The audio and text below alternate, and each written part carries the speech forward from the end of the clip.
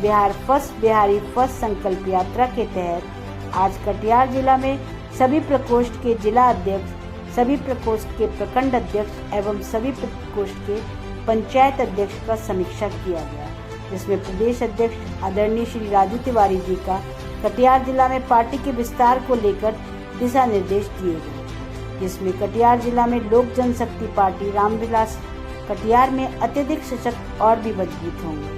इस संकल्प यात्रा कार्यक्रम की अध्यक्षता जिला अध्यक्ष श्रीमती संगीता देवी जी के द्वारा किया गया।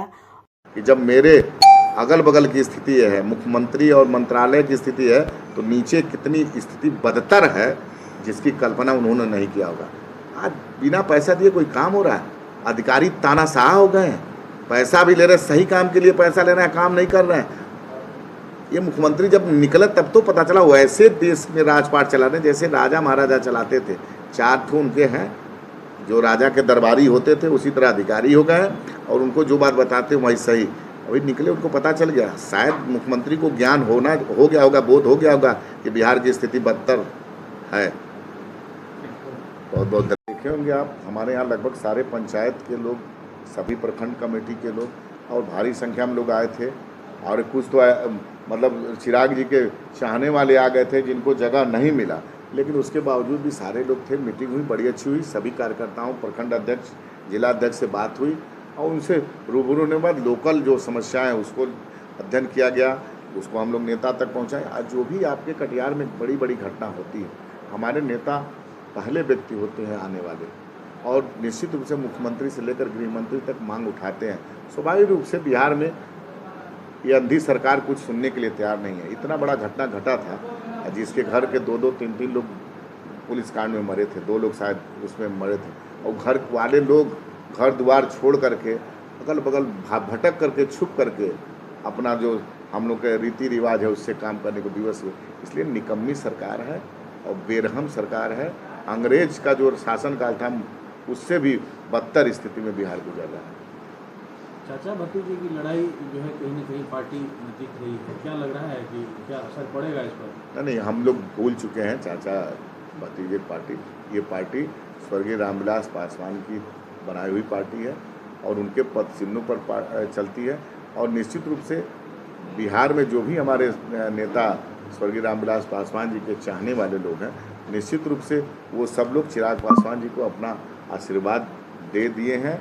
और चिराग पासवान जी की आज लोकप्रियता सब समाज, सब जाति, सब मजहब में है।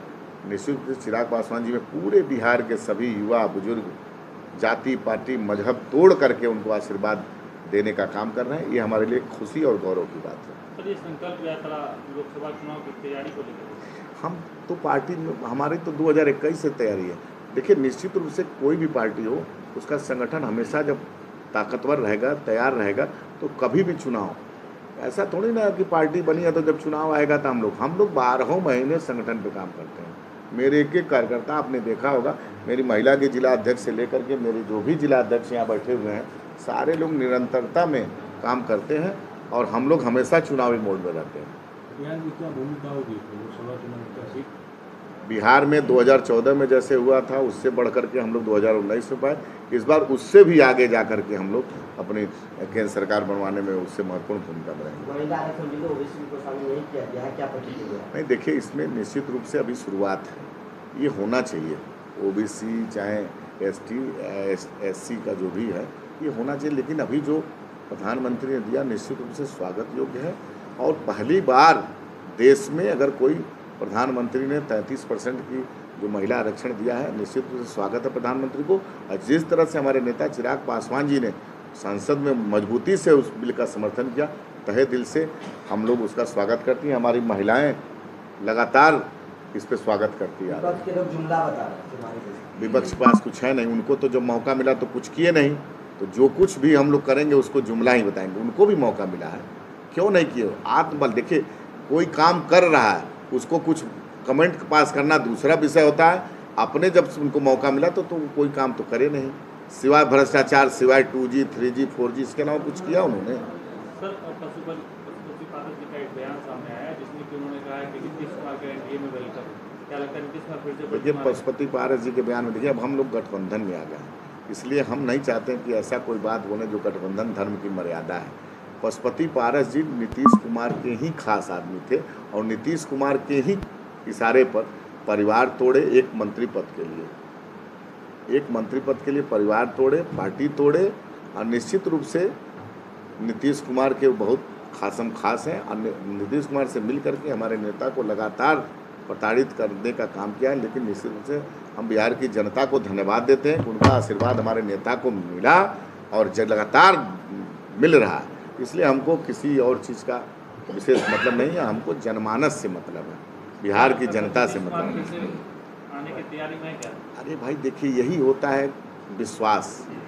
नीतीश कुमार जी आज बिहार से 17 साल से मुख्यमंत्री हैं, लेकिन उनकी विश्वसनीयता इतनी मतलब ख़त्म हो गई है कि कोई दल उनको अब एक दिन किसी मीटिंग में चले जाते हैं तो सीधे होता है पलटी मारेंगे, ये उनकी विश्वसनीयता है। तो जिस व्यक्ति, ये तो व्यक्ति नहीं, ये तो मुख्यमंत्री हैं, मुख्यमंत्री की विश्वसनीयता ही समाप्त हो गई है, तो उनका विश्वसनीयता जनता के बीच भी समाप्त हो गई है। बड़े बड़े नेता आप देखिए, INDA 3 बैठक हो गई, ये पहले बैठक से संयोजक बन रहे थे और इनको कोई पूछने वाला नहीं। तो लगातार जिस आदमी का विश्वसनीयता खत्म हो जाता है ना, उसको कोई नहीं पूछता। सर के पाठक अचानक दिल्ली चले गए बिना बताए हुए? ये तो सरकार का मामला है, ये सरकार अपना जाने क्यों चले गए नहीं गए। कल मुख्यमंत्री ने सुना है कि मंत्रियों का चेकिंग किया तो देखा है नदारद थे, अधिकारी नदारद थे। तो यही हमारे नेता भी चाहते हैं कि मुख्यमंत्री निकले एक नंबर से, एक दिन निकले, उनके उनके मतलब क्या बोलते हैं, उनके घर के बगल में सारे मंत्री गायब थे, सारे अधिकारी गायब थे। यही चिराग पासवान जी बोलते हैं कि एक बार बिहार में निकलिए कि बिहार की क्या दुर्दशा है, बिहार में हत्याएं, लूट, बलात्कार कितना वृद्धि हो गया, लेकिन एक नंबर से वो निकलने का काम लगे।